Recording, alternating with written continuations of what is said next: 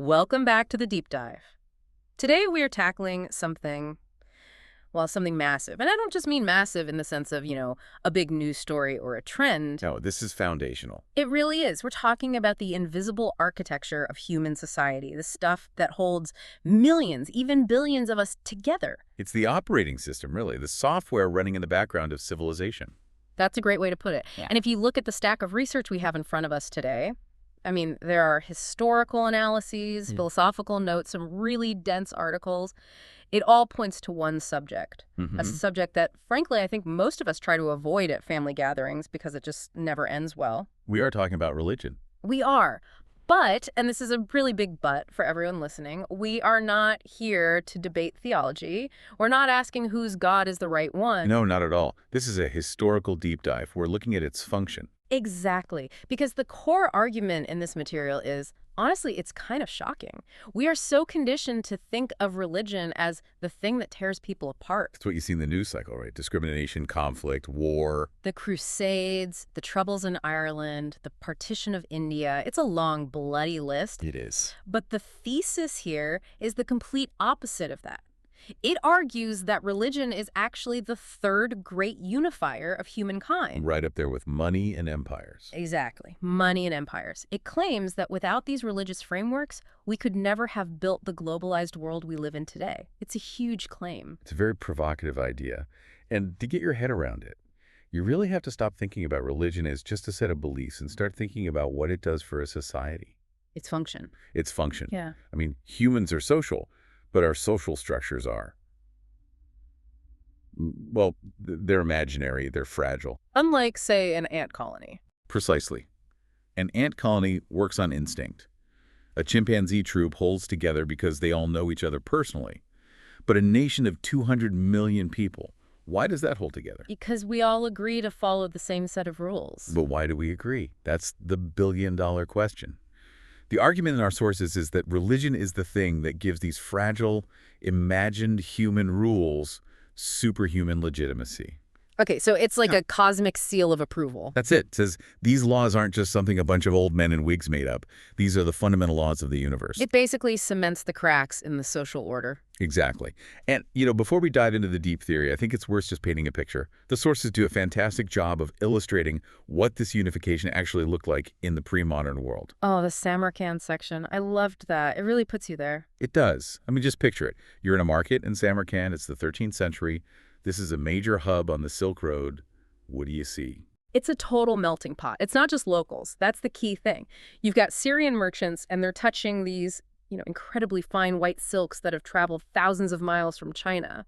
And over there, you might see these fierce-looking tribesmen from the steppes, maybe buying tools or weapons. And the money they're using, the shopkeepers taking gold coins, and on those coins are the faces of kings from empires he's never heard of, from lands he will never, ever visit. That is unification through money, but then there's the other kind. Right. The sources bring up the Mongol invasion of Japan in 1281, and we think Mongols, but the reality was so much more complex. It was a coalition army, an imperial army. If you were on the beaches of Japan watching that fleet arrive, it would be terrifying. Yeah. You'd see Mongol cavalry in their heavy furs, of course. But right next to them would be Chinese foot soldiers in those classic bamboo hats. And Korean auxiliaries, and combat engineers from Central Asia who knew how to build siege engines. All these people who speak different languages, eat different food, have completely different cultures. All marching under the banner of a single emperor. That's unification by empire. But then the sources shift scenes to Mecca around the year 1300. And this is the third leg of the stool. Religious unification. The ultimate pilgrimage. Truly. Can you imagine the scene? You have people from Mesopotamia chanting the 99 names of God. You have a Turkish patriarch who probably grew up as a nomad on the steppes. You've got Muslims from the Kingdom of Mali in West Africa wearing these incredible gold jewelry pieces against their jet black skin. And the smells. The texts mention cloves and turmeric. From the Spice Islands. From brothers who have traveled all the way from what is now Indonesia. These people cannot speak to one another. Their governments are rivals, maybe even at war. Their cultures are worlds apart. But they're all there, doing the exact same thing. Praying in the same direction, performing the same rituals, united by one single system of belief. That is the power we are trying to understand today. Okay, so to really get into this, We need a working definition. Because when we say religion in this deep dive, it's not just about believing in a god or gods. Correct. We have to broaden the scope way beyond that. The definition the sources provide is very specific, and it's key to the whole argument. Religion is a system of human norms and values that is founded on a belief in a superhuman order. Superhuman order. Okay, let's break that phrase down because that feels like the real engine of the definition. It has two critical criteria. First, you have to believe there's an order to the universe that humans did not invent. So not like traffic laws. Exactly. We know humans invented traffic laws. Mm. We can have a committee meeting next Tuesday and change them. A religious order is supposed to be absolute. It's out there, independent of us. It's more like gravity. That's a perfect analogy. You didn't vote for gravity. You can't repeal it. It just is. Okay, so that's the first criterion. What's the second? The second is that you then establish binding norms and values based on that superhuman order. So going back to my earlier culture, what about believing in ghosts? Not a religion. Why not? I mean, a ghost is definitely a superhuman entity. It is, absolutely. Yeah. But does your belief that a ghost is haunting your attic create a system of binding moral and social norms? No. I just call an exorcist or maybe a real estate agent. Right. Do you start a political party based on the ghost? Do we go to war over it? Probably not. Okay, so it's just a superstition. It's a superstition. It doesn't scale up to organized society. Yeah. A religion has to dictate a moral code. It has to have social implications. That makes sense. But for a religion to unify millions of people, like we saw in Mecca, it needs something more, right? It can't just be a local thing. Yes. And this is a crucial point. It needs two more characteristics. Yeah. It must be universal, and it must be missionary. It has to claim its truth applies to everyone, everywhere. And it has to feel a compulsion to spread that truth to everyone. And what's so fascinating is that in the grand scheme of human history, that's a very new idea. Which takes us all the way back to the beginning. To the hunter-gatherers. They definitely had religions. Oh, absolutely. But they were not trying to get the tribe in the next valley to sign up. This was the era of animism, the world of spirits. Right. Spirits are everywhere. But the relationship was fundamentally different. We weren't worshiping them in the modern sense. It was more like a negotiation. It was. In an animist worldview, humans are just one character in a very, very large cast. You're not the star of the show. The river is a being. The mountain is a being. The wolf, the fig tree, the boulder, they all have agency. The source had that great example of the fig tree in the Ganges Valley. Yes. A forager band might have a strict taboo. You do not cut down that specific ancient fig tree. Now, a modern person might hear that and think, oh, they worship the tree. They think the tree is a god. But that's not it at all. No, they don't cut it down because the spirit that resides in that tree might get angry. And if it gets angry, it might cause a sickness or a drought. It's just practical. It's like not poking a beehive. It's exactly like that. Or the other example, the white-tailed foxes in the Indus Valley. A particular band might not hunt them. Because of some story. Right. Maybe the story is that a white-tailed fox once led the first shaman to a hidden spring. So, out of a sense of pact, of mutual respect, they leave those foxes alone. Okay, but here's the key point for the unification argument. If I'm from that Ganges Valley band and I meet someone from the Indus Valley, I don't care about their fox pact. Not in the slightest. Okay. Why would you? Their fox spirit is their local business. Your fig tree spirit is your local business. These religions were hyper-local, tied to a specific landscape. You wouldn't send missionaries over the mountain. It would be nonsensical. It would be like trying to convince someone in Arizona that they need to start preparing for Canadian blizzards. It's just not relevant. So for tens of thousands of years, we have this world of local spirits. Humans and animals are more or less on a level playing field. And then the villain of so many of our deep dives arrives. The agricultural revolution. It changes everything. And the source material frames this not just as an economic shift, but as a profound religious crisis. It had to be. Think about the psychological transformation. Foraging is a conversation with nature. Farming is the domination of nature. Before, you negotiated with the wild sheep. Now you own the sheep. You don't just own it. You lock it in a pen. You decide when it eats, when it breeds. You castrate the males to make them docile. Yeah. You've turned an equal being into property. You become a master. You do. But in doing so, you've severed that old line of communication. You can't talk to the sheep anymore. But here's the problem. Here's the source of the anxiety. You have authority, but you don't have total control. Not even close. You can build the best fence in the world, but you can't make it rain. You can't stop a plague from wiping out your flock. So you're stuck. You've alienated the local spirits by enslaving their creatures, but you still need their help. You need an intermediary. You need a manager. You need someone higher up the food chain. Enter the gods. This is the leading theory on the explosion of theistic religion. Gods evolved to mediate between all-powerful but not really humans and the now mute forces of nature. And it became a business deal. The source calls it a contract. It's explicitly transactional. I will sacrifice my fattest lamb to you, great God of the sky. In return, you will send the rains for my barley. And as human societies got bigger, the gods had to get bigger too? They need a promotion. A little creek spirit isn't going to cut it when you're managing a kingdom that spans an entire river basin. You need a god of the Nile, a god of war, a goddess of fertility whose jurisdiction covers the whole kingdom. And that gives us polytheism, the system of many gods. Yes. Now, I want to pause here because for anyone, who grew up in a broadly monotheistic culture, there's a built-in bias. We tend to see polytheism, Zeus and his thunderbolts, Thor, as kind of quaint or even primitive. Ignorant idolatry. Right. Oh, those silly ancients worshipping statues. But the source material makes a powerful case that we fundamentally misunderstand the logic of polytheism. We absolutely do. The common misconception is that polytheists believe there are just a bunch of competing gods running the show. But the huge insight from the sources is that almost every polytheistic system does recognize a single, supreme, overarching power. Wait, even the Greeks? I thought Zeus was the big boss. He was a CEO, sure, but he wasn't the chairman of the board. He was still subject to a higher power. Fate, the moire. Right. If the fates decreed that even Zeus's favorite mortal son had to die in the Trojan War, Zeus could weep and complain, but he could not change it. So there's a power even the gods can't defy. Always. In the Norse myths, Odin and Thor are powerful, but they're all doomed to die at Ragnarok. It is their destiny. They can't rewrite the script.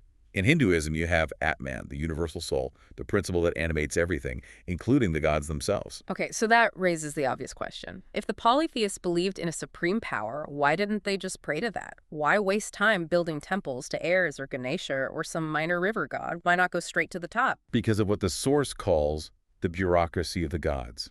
And the logic is actually brilliant. Go on. The supreme power fate, Atman, whatever you call it, is, by definition, impartial and uninterested.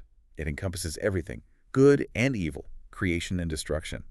So it has no personal preferences. It doesn't care if your kingdom wins a war. It doesn't care if your goat gets sick. It's too big to care about my problems. Exactly. It would be pointless to sacrifice a goat to fate. Fate doesn't want your goat. Fate just is. But the smaller gods, the department heads. They have skin in the game. They have skin in the game. There are partial powers. Yeah. They have egos, biases, interests. You can make a deal with Poseidon precisely because he's not the all-powerful soul of the universe. He's the god of the sea, and he might want a nice temple built in his honor. So you can bribe him? You can negotiate. It's like dealing with any large organization. You don't write a letter to the concept of justice to get a pothole fixed. You call your local city councilor because they have specific interests and you can actually influence them. That is actually an incredibly practical way to view the cosmos. And this structure, this bureaucracy, it had a massive side effect. A hugely important one. It made polytheism inherently tolerant. Which, again, sounds weird. We think of ancient empires as brutal. And they were, but usually not for religious reasons. Think about the logic.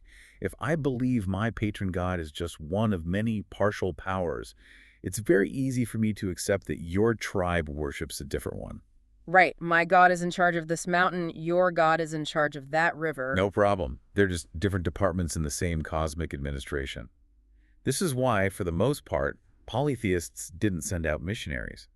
When the Roman Empire conquered a new province, they didn't march in and smash the local temples. Yeah, they did the opposite. They often added the local gods to their own pantheon. They'd say, oh, you worship a sky god named Tyrannus. We have one called Jupiter. They're probably the same guy. Welcome to the club. The Aztecs did this too, right? They'd bring the idols of conquered peoples back to their capital.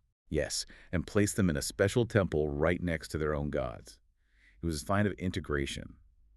Your divine patrons are now part of our imperial system. Okay, let's play devil's advocate. The Romans, they persecuted Christians, threw them to the lions. That seems pretty intolerant. It does, on the surface. But we have to look very carefully at why they did it. The Romans could not have cared less the Christians worshipped a man named Jesus. They had plenty of deified humans. The pantheon had room for one more. The problem wasn't the Christian belief, it was their refusal. Their refusal to also pay token respect to the Roman state gods and the divinity of the emperor. So for the Romans, it wasn't a theological dispute, it was political. It was sedition. It was seen as treason. The Christians were the strange ones because they were exclusive. They were the ones saying, no, not only is our God real, but all of your gods are false. They're demons. That was the sticking point. And even with that persecution, the numbers in the source material are just staggering when you compare them. The body count comparison. This is the part of the research that just stops you in your tracks. It really does. Okay, so from the death of Jesus to the conversion of Emperor Constantine, that's roughly 300 years. In that entire time, historians estimate the total number of Christians killed by the polytheistic Romans for their faith is maybe a few thousand. A few thousand people. Over 3 centuries. Best estimates are somewhere between 3,000 and 5,000. Now, fast forward. Monotheism has won. Europe is Christian. And in the 16th and 17th centuries, Christians start fighting each other over the correct interpretation of their faith. Catholics versus Protestants. And the source highlights one single day, August 24th, 1572, the St. Bartholomew's Day massacre in Paris. This was French Catholics attacking French Protestants. Their own neighbors. In a period of about 24 hours, Catholic mobs dragged Protestant families from their homes and slaughtered them. The estimates are that between 5,000 and 10,000 people were killed. So in one day? In one single day, Christians killed more Christians than the entire polytheistic Roman Empire had killed in 3 centuries of persecution. All over a dispute about the nature of love and the Eucharist. It's the dark side of monotheism. The universal claim, there's only one truth, is incredibly powerful for unification. But it also opens the door to a level of fanaticism that polytheism, with its inherent pluralism, just didn't have. So let's talk about that transition. How did we get from that tolerant bureaucracy of gods to the one truth of monotheism? Well, it was gradual. It wasn't an overnight switch. You started to get these cults where devotees became so attached to their patron god that they started promoting him above the others. Like the God of Israel, Yahweh. Right. At first, the idea was Yahweh is our God, the most powerful God. Then it slowly morphed into Yahweh is the only God. All other gods are fictions. But for a long time, Judaism remained a very local ethnic religion. They weren't trying to convert the world. The real game changer was Christianity. And specifically, the logic of one man, Paul of Tarsus.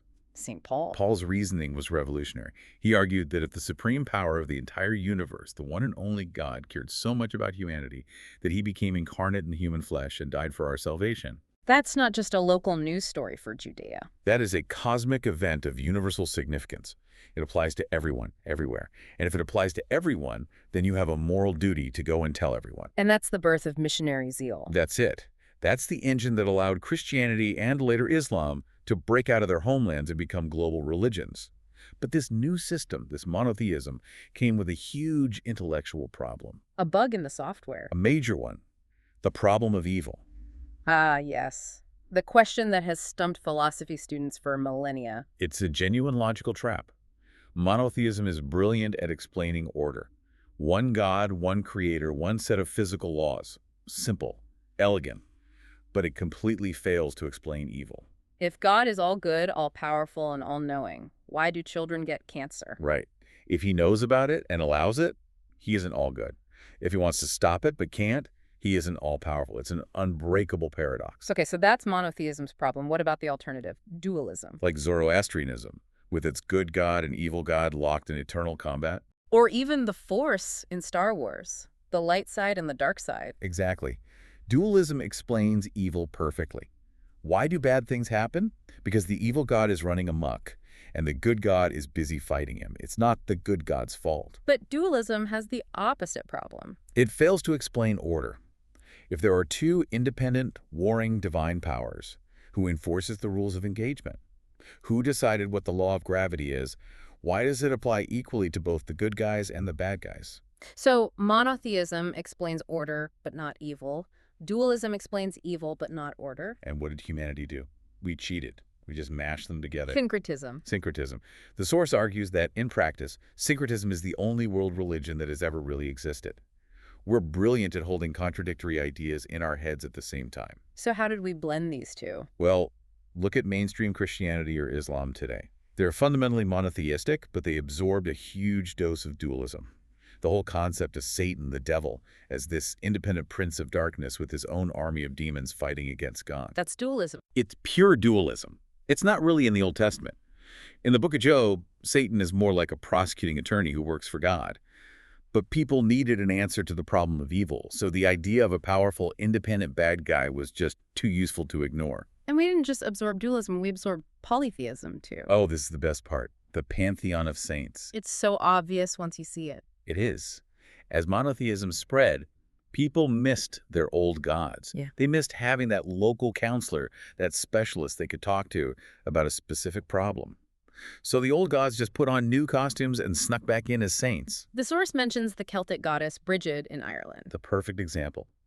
Brigid was a hugely popular pagan goddess. When Christian missionaries arrived, they couldn't just tell people to stop loving her. It wouldn't work. So what happened? She was baptized. She became Saint Brigid. With the same holy sites, the same feast day, the same attributes. Just a new name. And the division of labor is still there. If you're a devout Catholic and you're going on a long journey, who do you pray to? Saint Christopher, the patron saint of travelers. If you have a terrible toothache. Saint Apollonia. Why? Because her martyrdom involved having all her teeth brutally pulled out. So she gets it. She understands your specific suffering.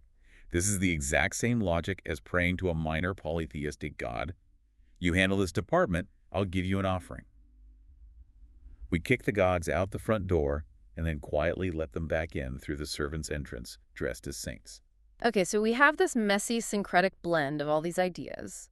But then, around the first millennium BC, a totally new type of religion appears on the scene. A radical departure. The sources call them religions of natural law. Buddhism, Jainism, Stoicism, Taoism. And it's a bit strange to call them godless, because many of them do include gods in their cosmology. But the key difference is the gods aren't in charge. The gods are subject to the same laws as everyone else. Exactly. The source uses that physics analogy again. In Buddhism, the supreme law of the universe isn't a deity, it's the Dharma. It's the principle that suffering is caused by craving. It's like Im Siawak. Precisely.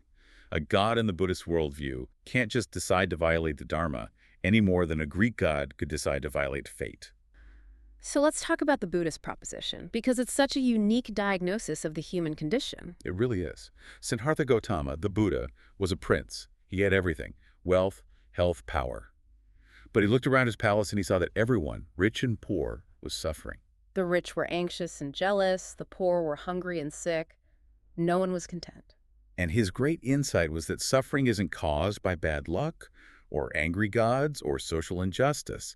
It's caused by the behavior patterns of our own minds. Specifically, craving. Craving. That's the engine of suffering. When we experience something unpleasant like pain, we crave for it to stop. That creates aversion and dissatisfaction. But the real trap is pleasure. When we experience something pleasant, we crave for it to continue and we dread its end. Which creates anxiety and attachment. Exactly. You're having the best moment of your life, and part of your brain is already mourning the fact that it's going to be over soon. The mind is a restless fire, always wanting something other than what is. And the cure, the Dharma, is to stop craving. To train the mind to experience reality as it is, without judgment or attachment. To feel pain without craving for it to disappear. To feel joy without clinging to it. And if you can do that, you reach nirvana. Which literally means to extinguish. You extinguish the fire of craving, and the suffering stops. And this seems to be the running theme. Even this profound philosophy couldn't totally escape the old human habits. Syncretism always wins. The path to nirvana is incredibly difficult. It takes years of intense meditation.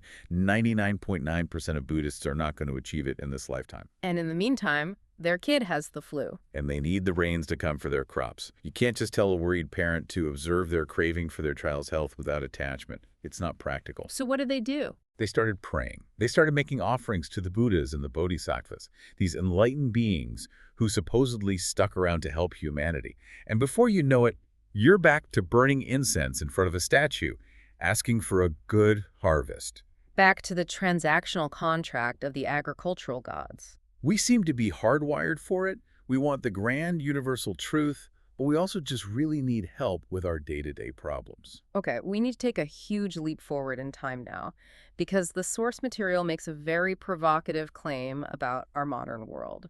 We like to think of ourselves as living in a secular, scientific age. That religion is fading away. But the argument here is that's an illusion. We haven't become less religious. We've just swapped our gods. We started to worship ourselves. This is the age of humanism. And if we go back to that original definition, a system of norms based on a superhuman order, then things like communism and liberalism start to look a lot like religions. Take communism. This seems counterintuitive, right? Yeah. They were militantly atheists. They tore down churches. But look at the structure.